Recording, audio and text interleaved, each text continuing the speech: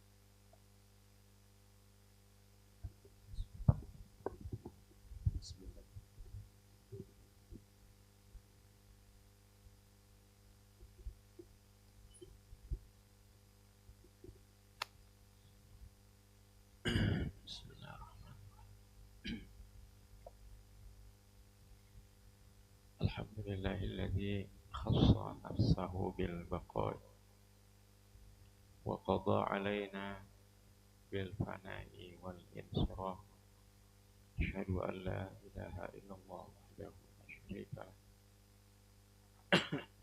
wa asyhadu anna sayyidana wa maulana Muhammadan abduhu wa rasuluh.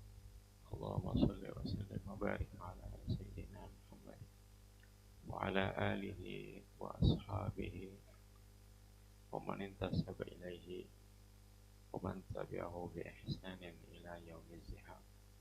Amma ba'du. Subhanaka la ilma lana illa ma 'allamtana innaka antal alimul hakim. La haula wa la quwwata illa billahil aliyyil azim. Allahumma shrah lana sudur wa barik lana bil umur wa dha'if lana al ujur wa arkhil uyubina sutur wa adim fina wa fi masyayikhina wa fil muslimina as-sihhata wal afiyah wassalamah wa taufiq wal ikhlas wa surur wa azil anna wa anhum al-ghayza wal ghadaba wal hasada wal riya'a was sum'ah wal muhlikat wal fitana wal mihana wal qatna wal haraj wal syurur wa khtim ajalana bi ru'yatin nabi sallallahu alaihi wasallam. Allahumma hdina wal muslimina li ahsanil akhlaq wa ajmalil adabi wa awsa'il arzaq wa ahna'il 'aish wa adharil qulubi wa akhlasil a'mali wa afdalil ahwal wa awsa'il buyut wa ajmalin nisa wa adharil wujuh wa rahabil sudur wa aqrabil majalisi minal habibi sallallahu alaihi wasallam. La yahdi laha illa anta wasrif anna wa anhum sayyi'aha la yasrifu anna wa anhum sayyi'aha. Fa uhaddithukum bi hadithir rahmatil musalsal bil awwaliyah wa awwalu hadithin sami'tuhu an masyayikh ajillah yasanidihim ila Abdullah ibn Amr ibn al-As radhiyallahu ta'ala anhuma qala Rasulullah sallallahu alaihi wasallam ar-rahimuna yarhamuhumur rahmanu tabaraka wa ta'ala irhamu man fil ardi yarhamkum man fis sama'. Wa bi asanidihim ila Mu'adz ibn Jabal radhiyallahu anhu qala li Rasulullah sallallahu alaihi wasallam ya Mu'adz inni uhibbuka faqul Allahumma inni ala dzikrika wa syukrika wa husni ibadatik. Waqtida'an bis salafis salih aqul lakum inni uhibbukum faqulu Allahumma inni ala dzikrika wa syukrika wa husni ibadatik. Yang kita muliakan guru kita Ustaz Khalid Rahman dan semua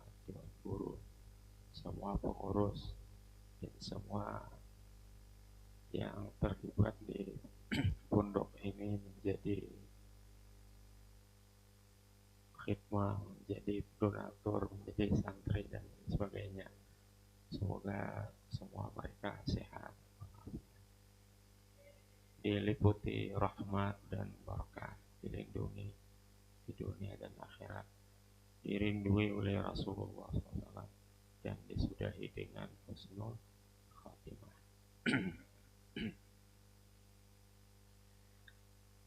Hadis ke-8, wa bi'asani dina ila al-imam al-hafidhi Abi Syekh al-Asbihani rahimahullah ta'ala. Qala haddatsana Abu Sa'id Abdurrahman ibnu Yahya an-Nahawandi qala ambana Al-Husain ibnu Quraish qala wa haddatsana Ibnu Tihrani qala ambana Ibnu Humaidin qala ambana Al-Fadl Musa Al-Husain ibni Waqid an Yahya ibni Aqilin qala sami'tu Ibnu Abi Awfa yaqulu radhiyallahu anhu qala kana Rasulullah sallallahu alaihi wasallam yuksiru dzikra wa yaqillu al-la'na wa yutilu as-salah wa yuqassiru al-khutbah wa kana la ya'nabu wa la yastakbiru ay yamshi ma'al armalah wal miskin fayaqdiya lahu hajatahu. Isnadun dha'if wa huwa hasanun bi mutaba'ati. Dari Abdullah bin Abi Awfa radhiyallahu anhu, ia berkata, adalah baginda Rasulullah sallallahu alaihi wasallam banyak berzikir, kemudian jarang melaknat atau menyumpah atau mencela. Panjang sembahyang Nabi, namun pendek khutbah, maksudnya sembahyang sunat panjang. Sembahyang fardu pertengahan antara panjang dan pendek. Adalah Nabi sembahyang biqisoril mufassal, sembahyang maghrib dengan qisoril mufassal, yaitu surah-surah pendek pada mufassal. Mufassal itu dari surah Qaf sampai An-Nas. Beliau tidak sombong, layak nabung, tidak gengsi, dan tidak jijik, tidak sombong berjalan dengan janda tua atau orang miskin untuk menunaikan keperluan mereka. Pertama adalah Rasulullah SAW yuksiru zikra, memperbanyak zikir. Zikir ini yaitu sesuatu yang umum, intinya menyebut Allah Subhanahu wa Ta'ala, baik itu istighfar, baik itu tasbih, baik itu lainnya.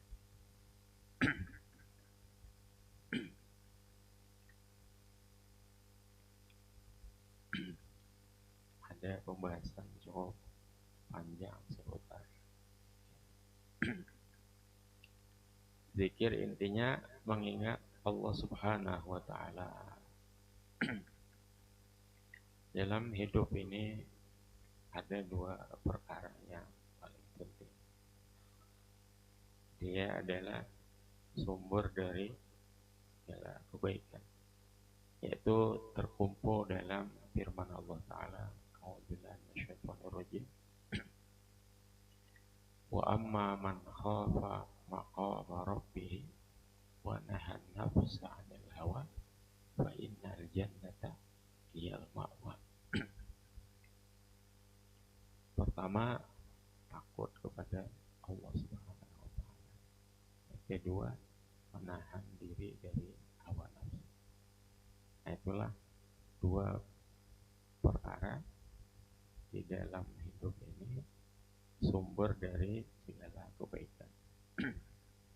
Pertama, wa amma man khafa maqama rabbih, orang yang takut akan maqam rabbih.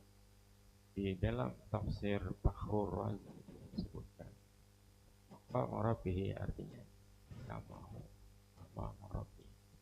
Orang takut saat dia nanti berdiri di hadapan Tuhan. Takut ini hasil ma'rifat dan awal mula daripada takwa. Ma'rifat yang tidak menghasilkan takut, maka dia adalah bukan ma'rifat. Ma'rifat artinya mengenal Allah Ta'ala. Mengenal Allah Ta'ala melahirkan berani kepada Allah Ta'ala, melahirkan utama sembahyang, ada hendak lagi mengaji. Nah itu berarti ma'rifat yang keliru. Ma'rifat yang benar adalah yang melahirkan takut kepada Allah Subhanahu wa Ta'ala. Nah takut ini tadi arti takut dalam tafsir Fakhrur Razi adalah macam-macam takwil atau tafsir, di antaranya yaitu takut saat berdiri di hadapan Allah Subhanahu wa Ta'ala.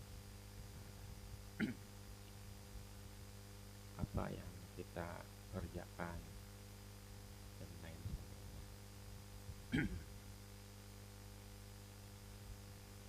Nah, takut inilah yang menjadikan takwa. Takut juga yang mengisi zikir. Takut juga menjadi taubat, menjadi istighfar. Maka adalah Nabi itu membaca istighfar dalam Riyadhus Shalihin disebutkan 70 kali. Ada juga riwayat 100 kali. Maka kenapa seperti itu?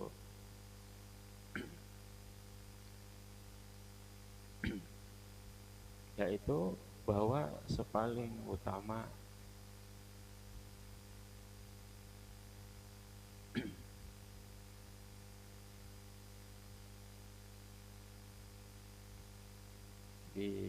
daripada ilmu itu adalah tabassurul uyub, melihat aib. Tadi dua hal yang penting di dalam hidup adalah takut dan menahan diri dari hawa nafsu. Itu yang tadi ini mesti diingat, dua hal utama dalam hidup ini supaya selamat, yaitu takut kepada Allah Subhanahu wa Ta'ala dan menahan diri dari nafsu. Kalau orang mengejar nafsu terus, maka dia itu akan tidak selamat. Amma man khafa maqama rabbih wa nahan nafsa 'anil hawa fa innal jannata hiyal ma'wa. Jadi kesimpulannya, dua hal yang penting dalam hidup supaya selamat di dunia dan akhirat: takut kepada Allah Subhanahu wa Ta'ala dan mencegah diri dari hawa nafsu. Kalau orang mengejar hawa nafsunya, maka dia akan tersesat, maka dia akan celaka. Baik hawa nafsu di masalah apapun, hawa nafsu makan, maka dia akan sakit. Kadangkala menahan diri dari nafsu makan terus, berlebihan pada makan, maka dia cepat sakit. Jadi orang yang baik itu dua perkara: dia takut kepada Allah Subhanahu wa Ta'ala, dia takut dari berbuat maksiat, takut dari meninggalkan sembahyang, kemudian menahan diri dari hawa nafsu, merem makan, jadi makan dikurangi yang mana banyak, kemudian nafsu pada minum, nafsu pada birahi atau pada biologis, nafsu pada ketenaran, kemasyhuran dan lain sebagainya. Maka pada mengurangi nafsu itu benar-benar ikhlas karena Allah, karena nafsu itu adalah al-hulul an-nafsiyah, kepentingan di dalam diri. Nah, jadi maksudnya dua perkara, takut kepada Allah Ta'ala dan menahan diri daripada nafsu. Itu juga yaitu intisari dari Tariqah Naqsyabandiyah. Tariqah dan semua tariqah, semua tariqah sebenarnya. Intisari dari tariqah itu kenapa orang bertariqat, bertariqah, yaitu supaya menumbuhkan rasa takut. Nah, nanti berhadapan dengan Allah Ta'ala dan bagaimana mencegah atau mengurangi hawa nafsu. Nah, itu dua hal yang penting di dalam hidup untuk selamat, dan itulah intisari tariqah. Kemudian kedua, satu hal yang sangat penting di dalam ilmu, di dalam pengetahuan. Jadi yang lain-lainnya penting juga, tapi yang sangat penting adalah tabassurul uyub, yaitu melihat kekurangan diri.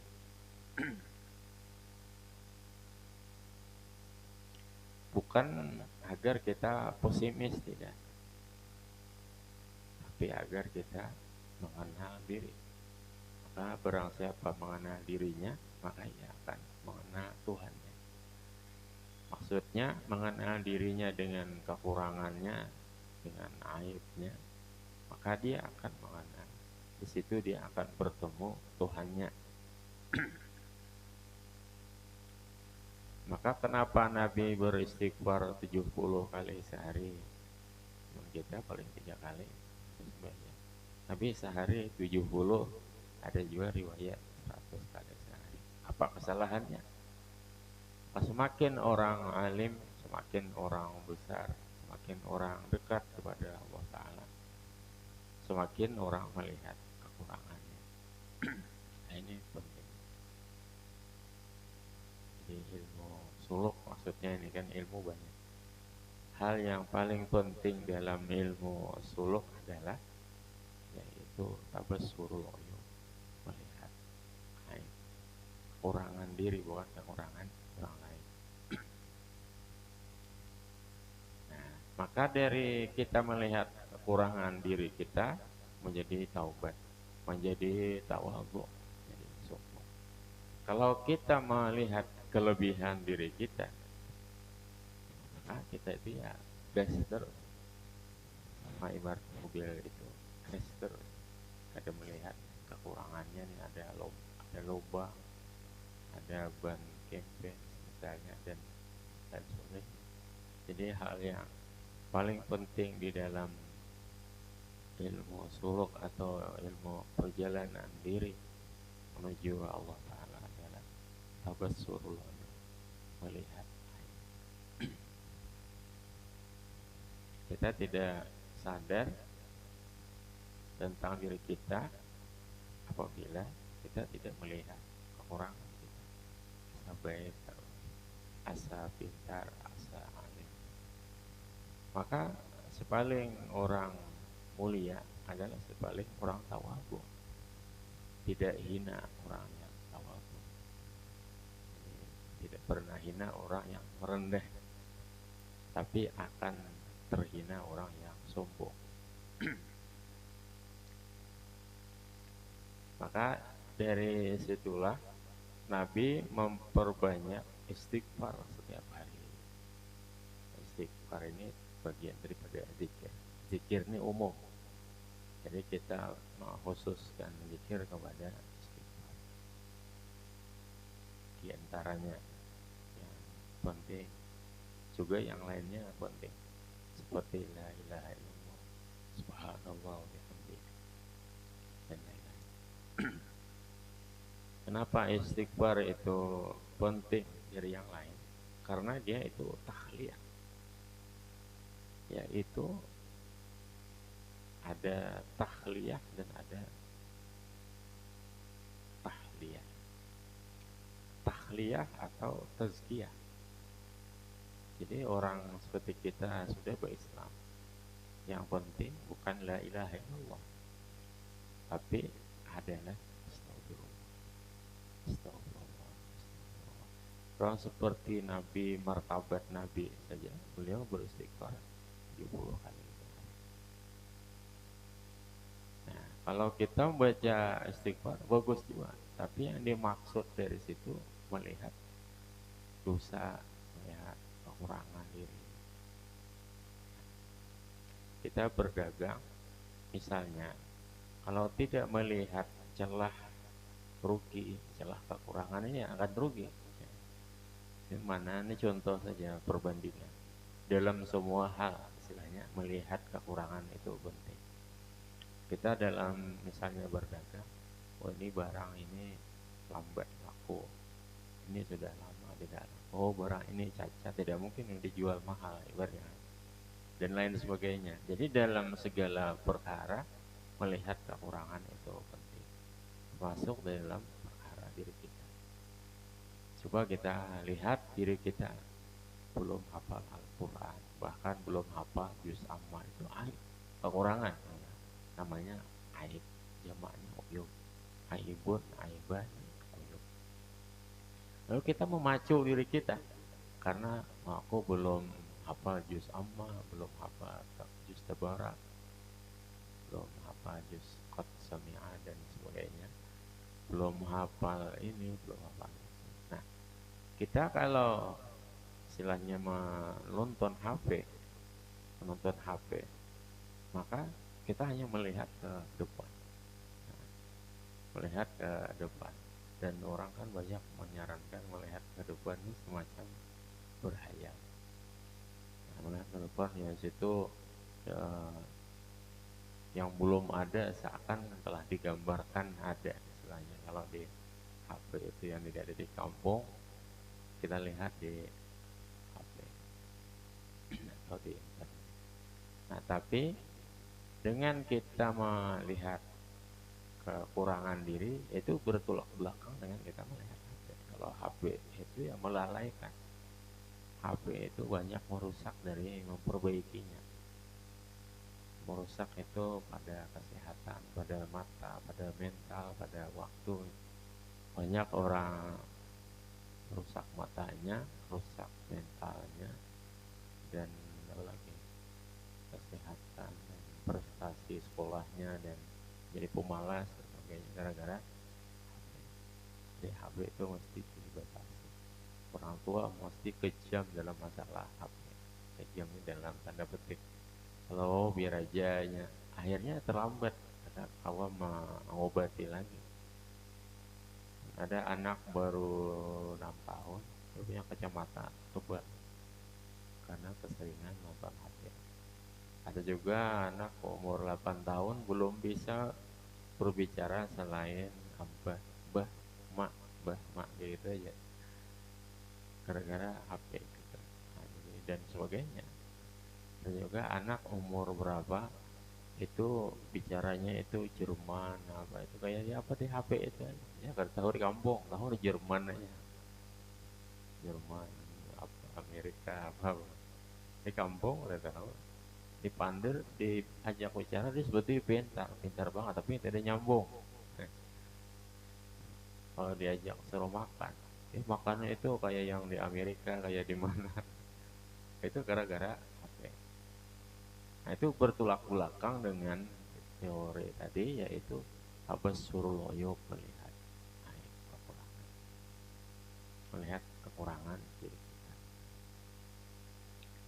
Sama seperti ungkapan man qala ana alim bahwa orang merasa alim tapi dia bodoh karena dia tidak melihat kekurangan diri.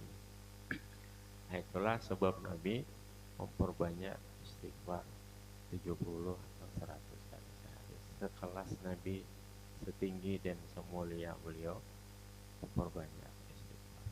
Kita juga dianjurkan memperbanyak istighfar. Ya, istighfar yang dimaksud itu bisa istilahnya lafzi atau lafaz astagfirullah. Bisa juga yaitu suluk ruhi, ya, bahwa kita ya tadi melihat kekurangan kita. Kalau tidak tahu kekurangan kita, bagaimana kita bisa memperbaikinya atau meminta ampun dari kesalahan kita. Nah, itu hanya tentang istighfar. Kan Rasulullah sallallahu alaihi wasallam yukthiru dzikra, adalah Nabi memperbanyak zikir. Jadi ingat yang pertama tadi, dua hal penting dalam hidup untuk selamat: takut kepada Allah Ta'ala dan menahan diri dari nafsu. Kemudian selanjutnya, hal paling penting dalam ilmu memperbaiki diri atau ilmu suluk adalah tabassurul uyub, melihat aib.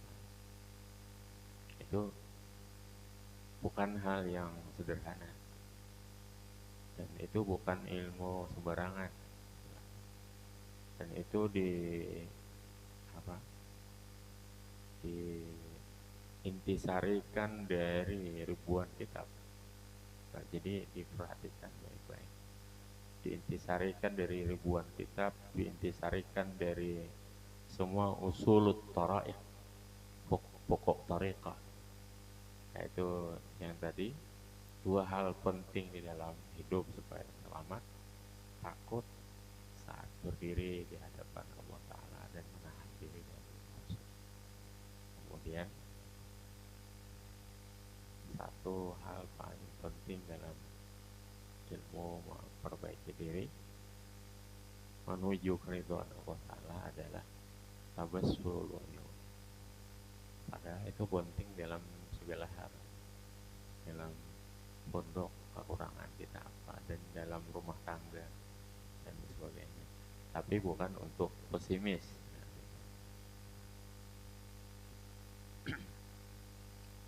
Adalah Nabi memperbanyak zikir, lisan dan hati tentunya. Wa yaqilul la'na, orang banyak zikir, banyak ingat kepada Allah, dia sedikit berkata yang tidak baik. Jadilah orang lambat marah dan cepat memaafkan. Itu adalah akhlak Nabi Sallallahu Alaihi Wasallam.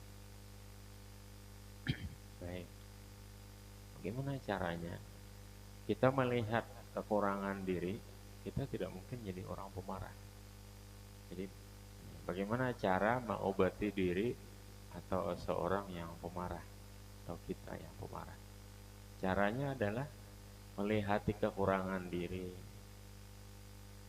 maka kita akan menangis. Banyak kekurangan diri kita, betapa jauh kita dari cahaya, betapa jauh kita dari kemuliaan, kita akan menangis. Coba perhatikan mengapa ayat yang pertama turun, surah pertama turun, Al-Alaq.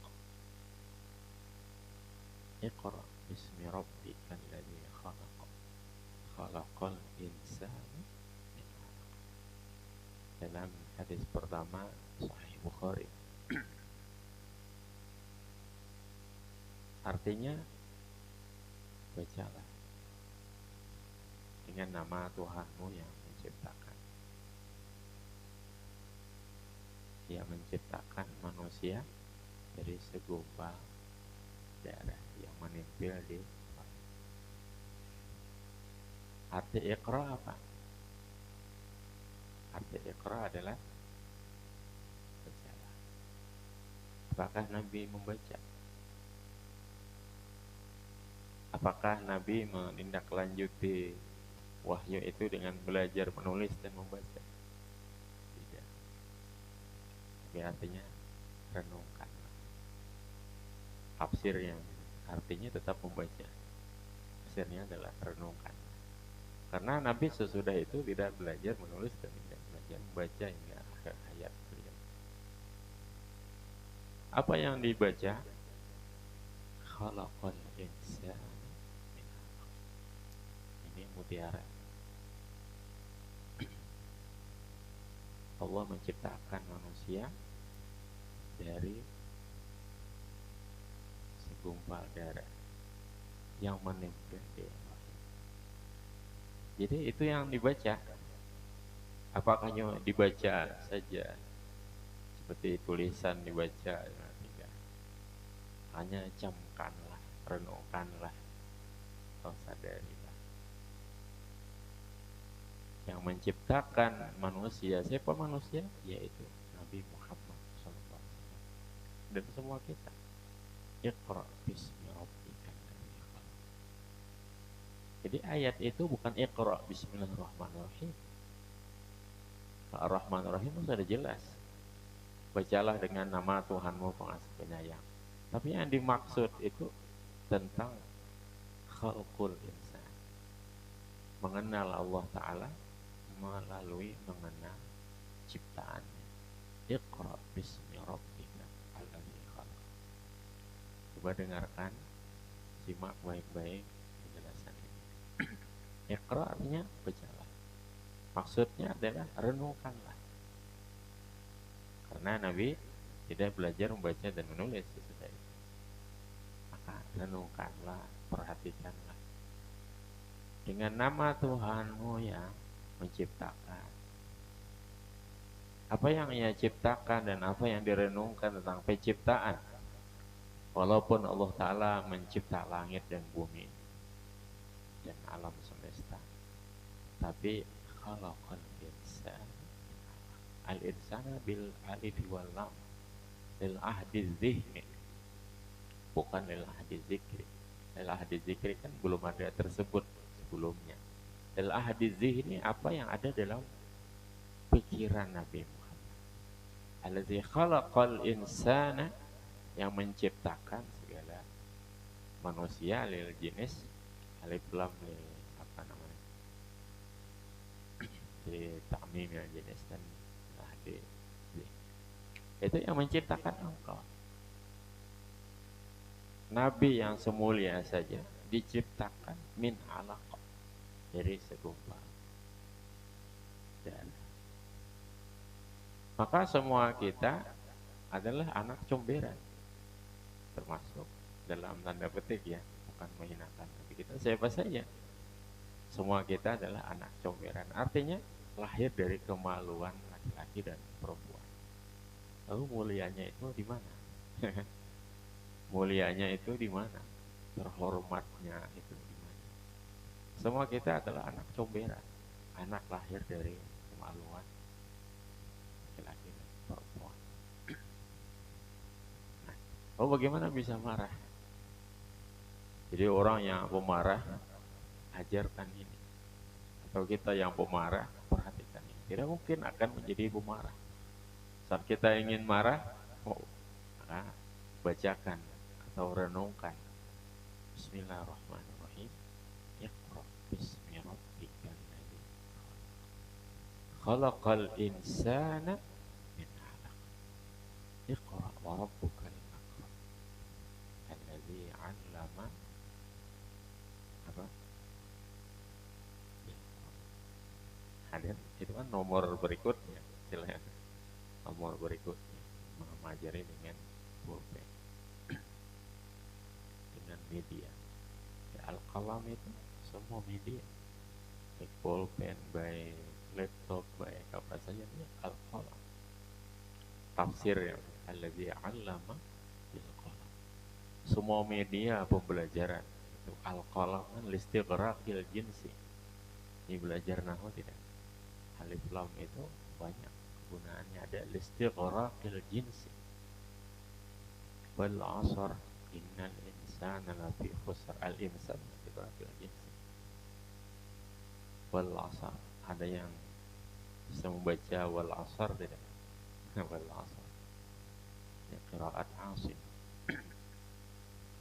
Qiraat Asim dalam al-waqfu, dalam al-waqfu inda awakhiril kalim itu ada 3.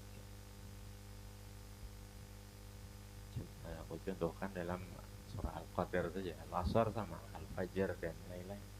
Dan itu tidak di akhir, tidak masih di akhir ayat, di pertengahan. Misalnya min fadl, Nah, bisa enggak? Pernah belajar tajwid tidak? Qiraat Asim. Asim ini punya dua rawi, yaitu Hafs dan Syu'bah. Jika waktu panjang atau ada kesempatan belajar qiraat sab'ah, qiraat 7, boleh ada sanadnya dan ada talaqinya. Dan ramai. Cuma perlu waktu paling tidak 1 atau 2 jam. Jadi kalau mencontohkan qiraat Asim dalam al-waqfu inda awakhiril kalim. A'udzu billahi minasy syaithanir rajim. Bismillahirrahmanirrahim. Inna anzalnahu fi lailatul qadr. Yang pertama. Kemudian ada ismam. Inna anzalnahu fi lailatul qadr. Kemudian ada raum. Inna anzalnahu fi lailatul qadr. Nah, 3. Contoh. Jadi harus gemar dalam belajar ilmu. Kalau kalian mau belajar qiraat 7, silakan. Insyaallah aku ajarin. Maksudnya jika itu tidak ada di sini. Jadi kita gemar pada ilmu yang tidak ada dan ada sanadnya, dan itu belajar secara talaki. Tidak bisa lewat buku, kitabnya, walaupun punya tidak bisa. Punya kitab qiraat, Ghaisun Nafa' atau Asy-Syatibiyah. Tapi itu ramai. Nah, saya cerita alif lam istighraqil jinsi. Khalaqal insana. Insana bisa itu alif lam istighraqil jinsi, semua manusia.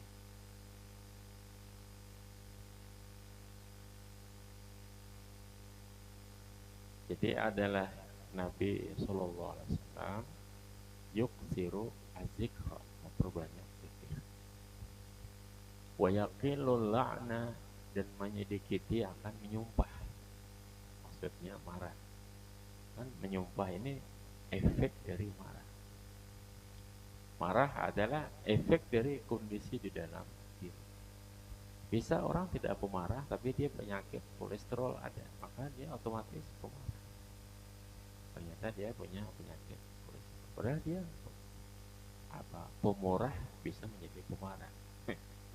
Pemurah tapi pemarah bisa karena dia penyakit kolesterol. Orangnya baik. Nah, tapi itu bisa dirubah.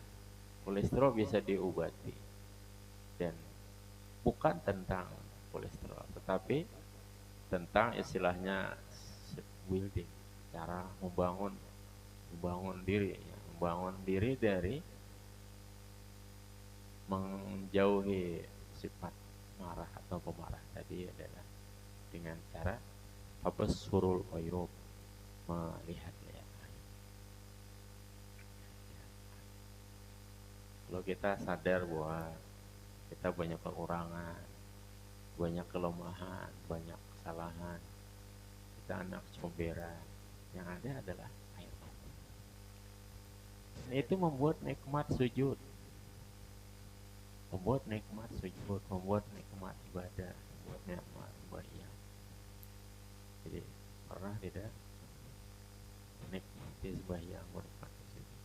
Jadi semua itu bermuara dari tabassurul uyub. Di mana dalilnya? Alladzi khalaqal insana.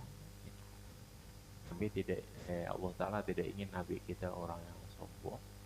Karena itu pelajaran pertama, ilmu pertama, dan wahyu pertama yang diwahyukan dari malaikat Jibril di Gua Hira adalah Iqra bismi rabbikal ladzi khalaq. Khalaqal insana min 'alaq. Bacalah, renungkanlah dengan nama Tuhanmu yang menciptakan, yang telah menciptakan. Dia menciptakan manusia. Al-insan ini tadi ada istiqraqil jinsi atau lelah jinsi min alaq, dari sesuatu yang darah yang kotor, darah yang jijik yang menempel di uterus atau di rahim. Ini tentang wa yaqilullah. Jadi yuk siru zikra, Nabi memperbanyak zikir. Apa yang kita tahu, zikir yang Nabi perbanyak adalah istighfar. Nah, yang lain kita belum menemukan riwayat Nabi itu berzikir banyak selain istighfar. Nabi pasti membaca la ilaha illallah, tapi berapa dalam sehari? Tidak tahu. Mungkin ada riwayatnya, tapi kita tidak tahu. Nabi berapa kali membaca subhanallah atau alhamdulillah dalam sehari? Kita tidak tahu. Mungkin ada riwayatnya, tapi kita tidak tahu. Kita tidak meliputi ilmu dengan sunnah. Nah, tapi yang jelas yang kita tahu yang sahih dan ada disebut dalam Riyadhus Shalihin, Nabi memperbanyak zikir yang adalah memperbanyak istighfar. Kenapa Nabi memperbanyak istighfar padahal dia mulia? Nah, orang mulia adalah orang yang melihat kekurangan diri, sehingga dia terus berpacu, terus dia mau memperbaiki diri, terus menjadi orang baik dan baik dan baik. Orang paling mulia, orang paling baik adalah orang yang paling melihat kekurangan diri. Orang yang merunduk, sama seperti padi, semakin berisi dia semakin tunduk.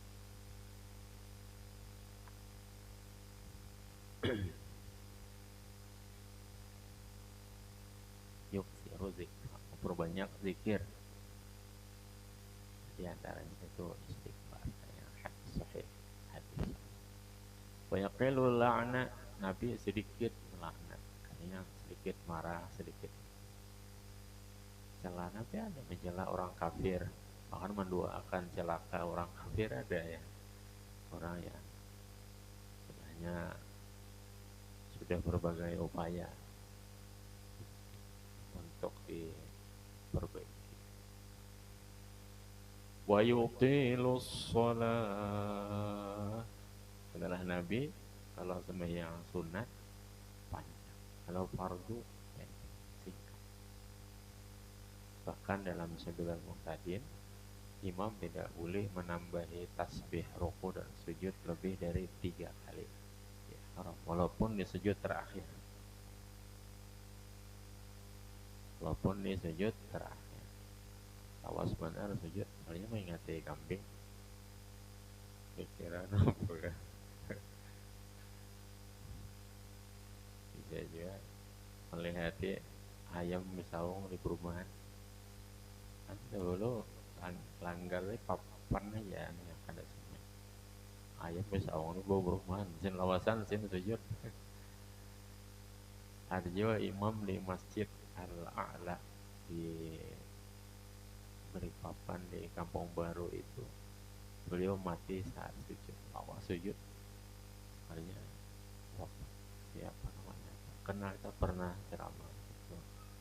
Masjid Al-A'la, Kampung Baru, Pelabuhan Speed di Balikpapan, meninggal dalam sujud. Wa yutilus shalah, Nabi panjang sembahyang. Ini barangkali dijelaskan belum masuk. Ada ulama berdoa, Allahumma la tukhrijni minas shalah, dalam sembahyang. Ya Allah, jangan kau keluarkan aku dari sembahyang. Ini saking nikmatnya sembahyang. Dalam hadis sahih, Nabi bersabda kepada Sayyidina Bilal, ya Bilal, qum arihna bis shalah. Wahai Bilal, berdirilah, lapangkan kami dengan sembahyang. Ini ada penjelasannya, yaitu ringkasnya khusyuk di dalam takbir. Ada gimana ya? 4 cara. Pertama, terutama ini sholat malam, berjauh dari pasangan. Kalau kita sholat malam yang mana sudah berpasangan, dekat dengan pasangan, dibukanya tapihnya karena jadi kita bertakbir. Jadi pertama jauh dari pasangan. Ini kisahnya sholat malam, rahasia sholat malam. Kemudian memanjangkan takbir itu Imam Syafi'i. Allah. Imam Syafi'i seperti itu. Bahkan beliau mewajibkan. Jadi tidak diikuti oleh pengikut beliau itu Syafi'i. Karena mereka berkata kemungkinan Imam Syafi'i menganggap itu mudah bagi semua orang pada masa hidup beliau. Panjang takbir itu isinya itu membayangkan semua gerakan sembahyang dari takbir sampai salam ada pada takbiratul ihram itu. Kan sulit. Ketiga, jujur pada takbir. Artinya lidah mengucap Allahu Akbar, hati kita juga mengucap Allahu Akbar. Allah Maha Besar nikmatnya. Akbar itu bukan zatnya, tapi artinya fisiknya. Tapi Allah Maha Besar nikmatnya kepada kita. Sehingga kita bertakbir. Maha besar kekuasaannya dan sebagainya itu tidak berkaitan dengan diri kita. Tapi kalau Maha Besar nikmatnya, kita akan masuk dengan khusyuk. Kemudian keempat, fasih dalam bacaan. Kalau bacaan ada fasih, kita kulir jauh dengar fasih, artinya benar tajwidnya. Dua empat, rahasia pada sholat malam. Maksud yutilus sholah ini adalah sholat malam. Dalam Sahih Bukhari dari Ibnu Abbas radhiyallahu anhuma, beliau menyebutkan, aku bermalam di sisi bibiku Maimunah. Bibi ini itu Saul, artinya Acil atau Mina. Ya. Mina di sini bahasanya apa? Nah, bukan Mina. Bahasa Bakumbai apa? Ujo. Nah itu lah. Ujo ada namanya cucu. Maka aku ikut Nabi. Ternyata Nabi membaca surah Al-Baqarah. Aku kira Mbah Al-Baqarah ini Nabi ruku. Ternyata beliau memulai lagi Ali Imran. Aku kira Mbah Ali Imran ini ruku. Ternyata Nabi mulai surah An-Nisa. Kemudian habis An-Nisa ruku. Itulah sholatnya Nabi SAW. Dan Nabi ruku sujud ya seperti itu juga panjangnya. Kalau kita jadi imam, sunat memperpendek sembahyang. Jangan melewat berendam, tangan mic-nya bagus, bukan suaranya bagus, mic-nya bagus. Jadi mic ini pengaruhi juga. Bukan banyak Iran ini belanja mic-nya bagus, kada ingat lagi dimakan. Asik itu banget ya. Ada orang kerurukan. Mic-nya bagus. Yutilus shalah wa yuqassirul khutbah. Nabi memperpendek khutbah, bukan pendek banget, tapi tidak panjang. Memperpanjang khutbah orang guringan naranya. Ada orang di suatu masjid 2 kali bangun dah ada tuntung khutbah. 2 kali bangun tuntung lagi pasti. Jadi khutbah itu sedang-sedang, terlalu pendek ada bagus juga, ada manfaat. Ibaratnya orang udah kumpul kan dari jauh-jauh, mesti ada nasihat yang dibawa bulik lah. Kecuali masjid-masjid tetangga dekat dan tidak ada alasannya ta'addud masjid. Ini pada muqtamad Syafi'iyah. Walaupun sebagian Syafi'iyah dan seluruh Hanafiyah itu boleh berbilang-bilang masjid, berbilang-bilang salat Jumat.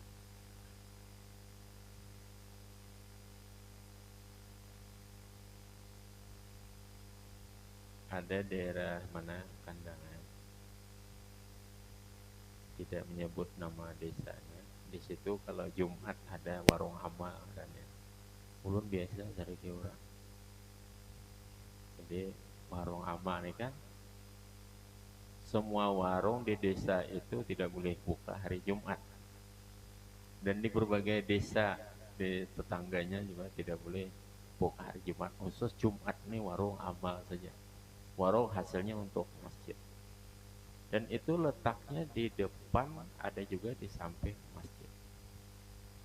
Jadi ada orang terlambat suatu ketika ke masjid itu, ya orang mau khutbah, ramai orang di warung, teng teng teng teng. Nah kena juga lagi giliran ke khutbah tahu rasa. Jadi pas giliran orang mau khutbah, orang capek khutbahnya, 6 menit aja keduanya khutbahnya. Kada payu warung sekalinya. Nah ini guru ajar. Kada payu warung, mungkin ngalah kasan khutbah. Jadi dilema jualan. Jadi perlu warung ini payu supaya ada kas masjid. Itu pada mohon khutbah lagi di situ. Ngalih juga kita. Jadi kita memang biasa lakas khutbah, tapi disuruh lambat khutbah. Nah, jadi macam kayak di sini masjidnya di muka situ ada sebarangnya kan ya. Muka masjid mentaknya agak sedikit kan, muka langsung ada ya muka sebelah situ misalnya. Tapi dari mimbar itu kedengaran orang mah harutehnya teng teng teng teng. Jadi mungkin di situ lebih afdal panjang khutbah. Wallah alam. Ada permintaan. Jadi bila ulun sekali lagi khutbah, 2 kali khutbah. Ulun pertama khutbah itu yang mendengar tadi. Pertama khutbah mendengar nyut nyut itu orang maharut no bunyi. Nang kedua kena ingat jadi nang kedua hanya orang maharut pun turun pada mimbar. Dia mendengarkan orang maharut turun. Ya begitu. Kan ada jawaban cari ke orang orang ada bisa itu kita mengedepankan protes dan itu tidak baik karena dalam menyebarkan agama itu mendahulukan dakwah sebelum syariah di antara metodologi dakwah. Jangan tahu dakwah mesti mendahulukan fiqh dakwah dari fiqh syariah. Ini penting. Jadi kalau kita mendahulukan fiqh syariah itu ya protes. Kalau tahu orang tuh kayak apa, kalau tahu kita. Pokoknya kayak contoh apa tadi, khutbah gini. Kita orang ada alasannya memang. Ya alasannya memang khutbah itu panjang. Lalu dikasih minimal berapa 10 menit. Nah, jadi yang salah ulun akui ulun sendiri karena mendahulukan protes.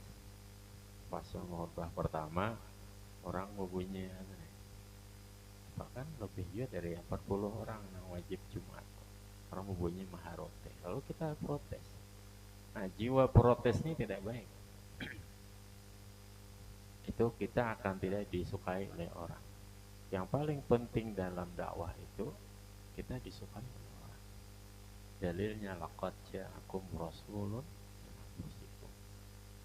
Nah, tafsirnya panjang. Jadi disukai oleh orang itu penting. Kita dalam berdakwah mesti disukai oleh orang. Ada kitabnya karangan Dr. Mustafa Sibai. Entah apa judulnya 7 tahapan dakwah fardiyah, dakwah pribadi. 7 tahapan dakwah fardiyah. Jadi 6 dahulu baru dakwah. 6 dahulu pertama namamu siapa dan seterusnya kenalan. Yang kedua hobimu apa. Yang ketiga diajak mengerjakan hobi itu seperti mancing, badminton dan sebagainya. dan seterusnya sampai 6 perkara, 7 hanya cerita halal dan haram, wajib dan sebagainya. Jadi jangan kita asal dakwah saja, jangan mendahulukan fiqh syariah dari fiqh dakwah. Ini penting. Kalau perlu, orang merasa perlu dengan kita dalam bentuk dunia. Ya, ini Al-Fakir sendiri itu sering bawa uang recehan. Recehan itu 50.000. Jadi kalau ke majelis umum, maksudnya bukan di pesantren, majelis umum di mana, karena kadang kita ketemu dengan, dan itu membuka hati. Jadi bisa kadang jumlahnya 10 lembar atau berapa, tergantung, bisa kadang 10, bisa 20, 30 lembar, tergantung. Nah, jadi itu kita bagi-bagi duit dan lain sebagainya lah. Ini contoh saja, bukan untuk ria gitu. Jadi bagaimana kita memposisikan diri itu, kita disukai oleh orang, itu penting. Dengan itu kita akan istilahnya menjadi agent of change, yaitu orang yang mampu merubah. Berdakwah ini kan merubah, mendahulukan fiqh dakwah dari fiqh syariah. Paham tidak?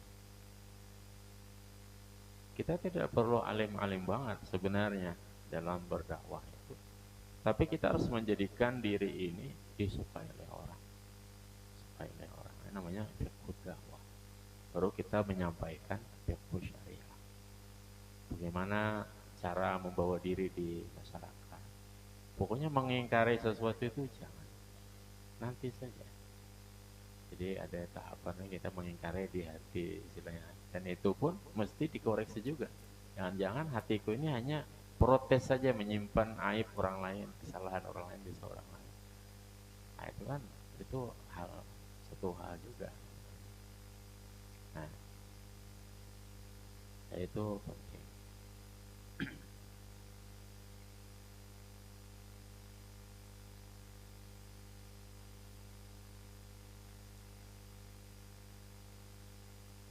Misalnya di sini pesantren. Bagaimana kita membuat pesantren ini disenangi oleh orang sekitar? Ya, berbagai cara. Dari A, B, seperti ini, sebagainya. Dan mereka akan menganggap pesantren ini seperti milik mereka sendiri. Pertama adalah jangan protes apapun kepada orang lain. Itu redam. Protes ini, protes itu, ini haram, ini apa itu, jangan. Itu gampang. Ya, kamu ambil hatinya, maka kamu akan mudah mengajarinya, ya kan? Ambil hatinya, maksudnya bikin dia itu suka, senang. Banyak ceritanya.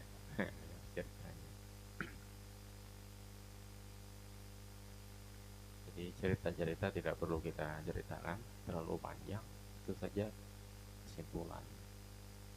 Bahkan pesantren ini bisa menjadi besar tanpa dana pemerintah atau tanpa dana luar. Masyarakat sendiri akan merasa memiliki, merasa bagian penting dari diri mereka, dan mereka menyiapkan diri sebagai pencari donaturnya, pencari ini, dan itu pun kami buktikan seperti itu dari nol, dari minus ibaratnya. Dan pesantren kami tidak memiliki pagar, jadi dia memang ini dengan masyarakat, padahal ada putra dan ada putri, dan apa lagi ya. Dan seterusnya. Jadi kami mewajibkan santriwati bercadar di pondok, tapi mengharamkan cadar keluar pondok supaya tidak terlihat eksklusif. Artinya apa, kayak aliran apa, kayak orang mana itu. Jadi tidak, di pondoknya bercadar karena tidak memiliki pagar antara santri santriwati dan juga tidak memiliki pagar ke masyarakat. Beberapa pesantren di dalam pagar sendiri di Kota Pulau tidak punya pagar. Pesantren itu tidak punya pagar dengan masyarakat. Beberapa pesantren di Banten, di mana, di Bahdim, di Miati, ulama besar. Kami tidak pernah bertemu, tapi pernah bertemu dengan anak beliau, putra beliau, Kiai Muhtadi Al-Alim Al-Allama Al-Kabir, huwa mufti Indonesia. Beliau adalah mufti Syafi'iyah di Indonesia, saking menguasai semua kitab-kitab fikih Syafi'i. Itu dimintakan fatwa oleh ya siapa sih itu gelarnya. Misalnya kenapa pemerintah membubarkan HTI dan FPI itu atas fatwa Kiai Dimyati. Muhtadi maksudnya, Kiai Muhtadi bin Dimyati. Orang tua beliau dikenal dengan Bahdim, Bahdim itu. Wah, fikih tapi ulama fikih yang besar.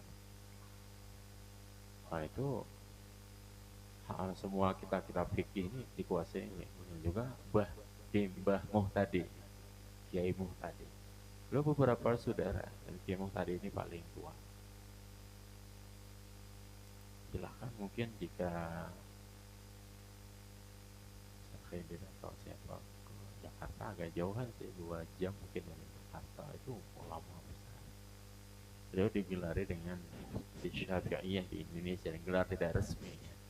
Bukan dari pemerintah, tapi maksudnya pemerintah pun mengambil pendapat dari beliau itu untuk membubarkan seperti Hizbut Tahrir dan FPI dan sebagainya. Lain istilahnya, tidak hanya itu pandangan beliau fikih.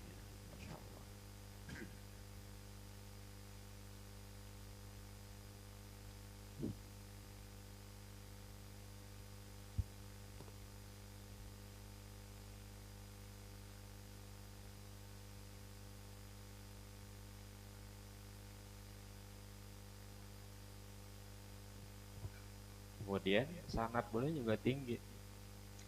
Beliau dari Tubagus Bakri bin Sida As-Simpuri, dari Mahfuz Termas, sangat tinggi kan. Jadi hanya satu perantara kepada Kiai Mahfuz. Kalau kita jalur lain misalnya jalur Mbah Hasyim Asy'ari, kita dari murid oleh muridnya Mbah Hasyim, atau dari muridnya Mbah Hasyim dari Mbah Hasyim Asy'ari dari Kiai Mahfuz. Cukup panjang kalau sanad hadis.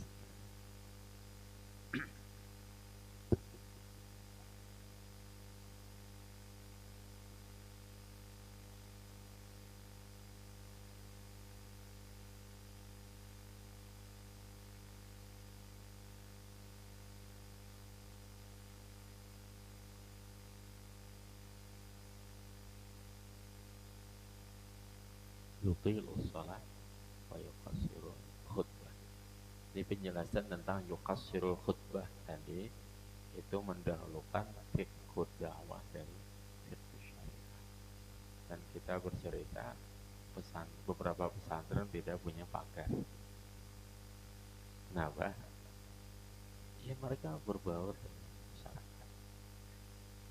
Banyak di Jawa ya berpagar juga tidak apa-apa sebenarnya. Itu kan situasional, tergantung situasi dan kondisi di tempat. Yuqassirul khutbah di antaranya adalah mengajarkan fiqh dakwah. Fiqh dakwah artinya kasih sayang dengan orang. Orang kalau kepanjangan khutbah ya ngapain? Ngapain itu ya orang pada tidur juga. Orang ke masjid kan lelah, datang dari berapa meter atau berapa kilo rumahnya, kemudian harus bekerja. Munasabah dengan Jumat ini ada suatu amalan yang bikin kaya, tapi perlu biaya. Ceritakan di kakak ulun, yaitu Tuan Guru Haji Muhammad Bakhi Hafizahullah, bahwa beliau mengamalkan lebih dari 35 tahun atau berapa tahun, setiap pagi Jumat memberi makan orang lain rutin, walaupun satu atau dua tiga orang, ya rutin. Dan itu menjadikan kaya dari orang kaya bahkan, tapi rutin. Nah, masalahnya rutinnya itu beri makan, bukan beri duit ya, beri makan. Kenapa pagi Jumat? Kalau kita Jumat berkah kan sudah Jumat.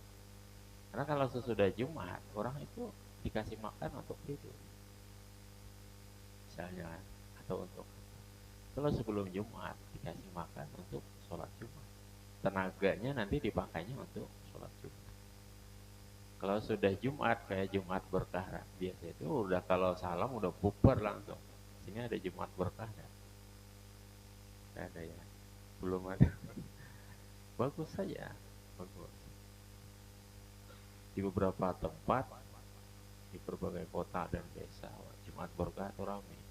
Kami kalau mancing ke Longkali, Longkali arah Penajam itu, di masjid apa itu, masjid besar itu, wah ramai itu Jumat berkah itu, subhanallah, di mana-mana. Wa kana ya'nafu wa la yastakbiru ay yamshi, ini maksudnya yamshi. Ini baris ini copy paste. Mal armalah wal miskin fayaqdiya lahu hajatahu. Dan Nabi orangnya tidak ya'naf, tidak sombong, tidak gengsi. Orangnya tidak gengsi. Walaupun tidak gengsi, orang kaya diharamkan memakai baju orang miskin. Itu dalam Syamsul Mustadin, dalam Syurah Karim, dalam Tuqwah dan lain sebagainya. Ini orang kaya tidak boleh pakai baju orang miskin, haram hukumnya. Jika dia diberi sesuatu dianggap miskin, maka tidak halal. Masa orang bukan alim, bukan habib, memakai baju orang alim ini, diberi sesuatu maka dalam Tuqwah.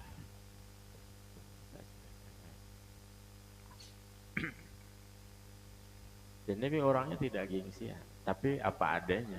Maksudnya ya memang segitu adanya. Nabi tidak sombong berjalan dengan janda tua. Kalau kita maunya jamu, janda muda.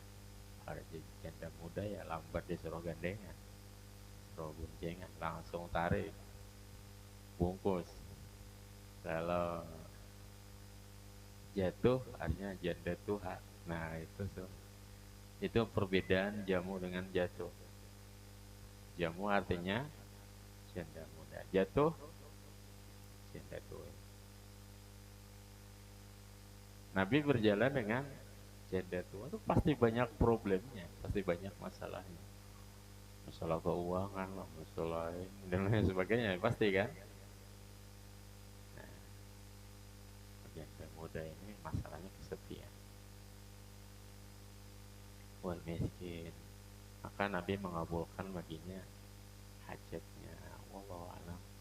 Mudah-mudahan kita bertemu lagi kesempatan yang lain, tempat yang sama, dalam keadaan sehat walafiat, iman lebih sempurna, amal lebih ikhlas, ilmu wawasan lebih luas, dan akhlak lebih baik, dan rezeki lebih luas, kemudian wajah lebih bercahaya, ibadah lebih rajin, hafalan lebih kuat. Dan jika kita berakhir suatu waktu, berakhir dengan husnul khatimah, ala hadhihi niyyati wa ala kulli niyyatin shalihah wa bi niyyati ma nawahu syuyukhuna wa bi sirri asraril Fatihah.